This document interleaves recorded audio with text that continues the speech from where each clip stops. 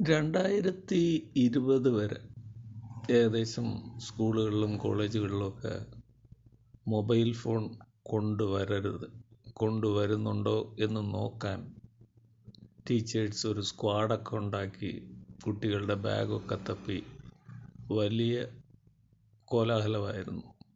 അതേസമയത്ത് നമ്മുടെ കോവിഡ് വന്നപ്പോഴത്തേക്കും ഒരു വർഷത്തോളം ഏകദേശം വിദ്യാഭ്യാസ സ്ഥാപനങ്ങളൊക്കെ അടഞ്ഞു കിടക്കുകയൊക്കെ ചെയ്തപ്പോൾ ഓൺലൈനെ നമ്മൾ ആശ്രയിച്ചു. ഓൺലൈനിലൂടെ ക്ലാസ്സുകൾ എല്ലാം എടുത്തു.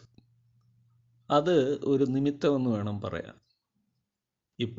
ഇനി ഓൺലൈൻ നമ്മൾ ഒഴിവാക്കാൻ പറ്റാത്ത ഒരു സാഹചര്യം വന്നിട്ടുണ്ട്. ഇത് ഞാൻ പറയാൻ കാരണം ChatGPT കുറിച്ച് കുറച്ച് കാലമായിട്ട് കൂടുതൽ ആൾക്കാർ ഇങ്ങനെ പറയുന്നുണ്ട്. ഞാനും വിചാരിച്ചു, അയ്യോ ChatGPT അതെങ്ങനെയാണ് ഏതാണെന്നൊക്കെ പറഞ്ഞിട്ട്. നമ്മൾ തേടിയ വള്ളി കാലെ ചുറ്റി എന്ന് പറയുന്ന പോലെ ഒരു കുറച്ച് ദിവസമായിട്ട് നമ്മുടെ വാട്സപ്പിലാണ്ട്രാ ഒരു നീല വളയം ഇങ്ങനെ കാണുന്നുണ്ട്, മെറ്റ AI. അതിൽ കുറേ ഫ്രേസുകളൊക്കെ ഉണ്ട്. ഇതൊക്കെ എൻ്റെ അടുത്ത് ചോദിക്കൂ, ask me these and these എന്നൊക്കെ പറഞ്ഞിട്ട്. അപ്പോൾ അത് ഞാൻ ജസ്റ്റ് ഒന്ന് ചെക്ക് ചെയ്ത് നോക്കി. അപ്പോഴല്ലേ നമ്മൾ അറിയുന്നത് ഒരു വലിയ മിറാക്കിളാണ് സംഭവിച്ചിരിക്കുന്നത്. അതെല്ലാവരും അറിയണം, എല്ലാവരും പ്രയോജനപ്പെടുത്തണം. അതിനു വേണ്ടിയിട്ടാണ് ഞാൻ ഇപ്പോൾ ഇത് നിങ്ങളുമായിട്ട് ഷെയർ ചെയ്യുന്നത്.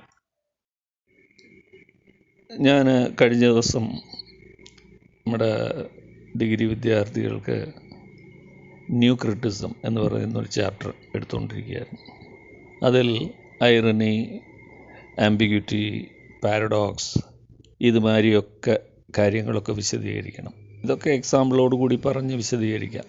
അതിൽ എനിക്ക് അല്പം കൂടെ കുറച്ചുകൂടെ ഒരു ബുദ്ധിമുട്ട് തോന്നിയ ഒന്ന് ഫാലസിയാണ്.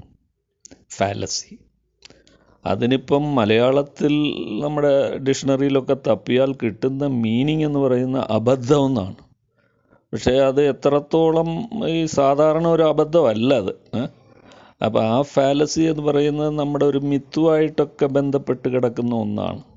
അപ്പോൾ അതുമാതിരിയുള്ള കാര്യങ്ങൾ നമ്മൾ മലയാളത്തിൽ എത്രത്തോളം നമ്മൾ പറഞ്ഞാലും അതിനേക്കാൾ നല്ലത് ഇംഗ്ലീഷിൽ തന്നെ കുട്ടികൾ മനസ്സിലാക്കുന്നത്. അങ്ങനെ കുറേ ടേംസുകളുണ്ട് സാഹിത്യത്തിലൊക്കെ എന്ന് പറഞ്ഞാൽ, പ്രത്യേകിച്ച് ഇംഗ്ലീഷ് ലിറ്ററേച്ചറിൽ. കാരണം അതൊക്കെ ഇനി ആയി വരണം. നമ്മൾക്ക് ഉദാഹരണ സഹിതം നമ്മുടെ എഴുത്തുകാരൊക്കെ എന്ന് പറഞ്ഞാൽ നമ്മുടെ ഭാഷയിൽ അതിന് വേണ്ട അതിന് സമാനമായ ഒരു വേർഡ് കോയിൻ ചെയ്യേണ്ടതായിട്ടൊക്കെ ഇരിക്കുന്നു.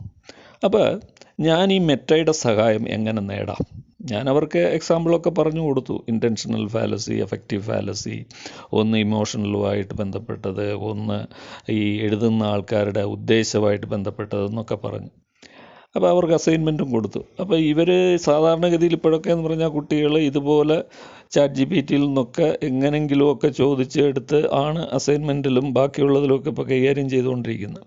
അപ്പം ഞാനിത് നമ്മുടെ മെറ്റ AIനോട് ചോദിച്ചപ്പോൾ വളരെ നീറ്റായിട്ട് വിശദമായിട്ട് ഇത് രണ്ടിൻ്റെയും difference between affective fallacy and intentional fallacy വളരെ ചുരുങ്ങിയ വാക്കുകൾ കൊണ്ട് സിമ്പിളായിട്ട് കുട്ടികൾ വായിച്ചാൽ മനസ്സിലാകുന്ന രീതിയിൽ അതിൻ്റെ ഡെഫിനേഷനും അത് വിത്ത് എക്സാമ്പിളും അതിൻ്റെ ഒരു എക്സ്പ്ലനേഷനും ബ്രാക്കറ്റിൽ ഇതൊക്കെ കൊടുത്തിട്ട് ലാസ്റ്റിൽ ഇതിൻ്റെ ഒരു കൺക്ലൂഡിങ് പാർട്ടായിട്ട് ഇത് രണ്ടിൻ്റെയും ഒരു വ്യത്യാസമൊക്കെ പറഞ്ഞ് നീറ്റായിട്ട് വിതിൻ സെക്കൻഡ്സ് എനിക്ക് അയച്ചു തന്നു.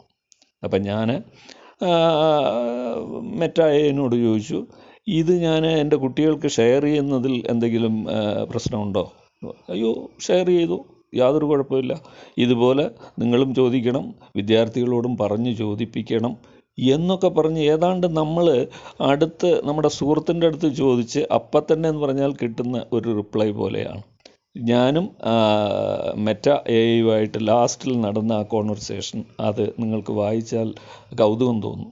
ഏതാണ്ട് നമ്മുടെ ഒരു സുഹൃത്തിൻ്റെ അടുത്ത് ചോദിച്ച് മറുപടി കിട്ടുന്ന പോലെയാണ്. അപ്പോൾ ഇതാണ് മെറ്റ AI. എല്ലാവരുടെയും മൊബൈലിൽ നമ്മൾ സാധാരണ വാട്സപ്പിൽ നമ്മുടെ ഒരു സുഹൃത്തിനെ പോലെ ഒരാളവിടെ ഇരിപ്പുണ്ട്.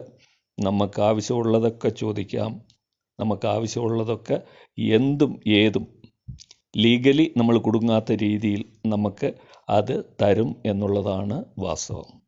അപ്പോൾ മരുനാടൻ മലയാളി ഒരു കൗതുകത്തിന് വേണ്ടിയിട്ട് ഒരു ചോദ്യം ചോദിച്ചു എന്നാണ് പറഞ്ഞു. അപ്പോൾ മോഹൻലാൽ നമ്മുടെ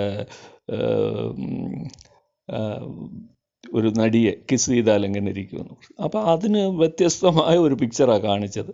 ഒരു രണ്ട് മൃഗങ്ങളോ ഒരു വ്യത്യസ്തമായ ഒരു മനുഷ്യജീവിയോ ഒക്കെ കാണിച്ചിട്ട് കിസ് ചെയ്യുന്ന പോലെ ഒരു ഫോട്ടോ എന്ന് പറഞ്ഞാൽ ഒരു ലീഗലി ആർക്കും പ്രശ്നമുണ്ടാകാത്ത രീതിയിൽ നമ്മളെ സഹായിക്കാൻ പറ്റുന്ന ഒന്നാണ് മെറ്റ AI.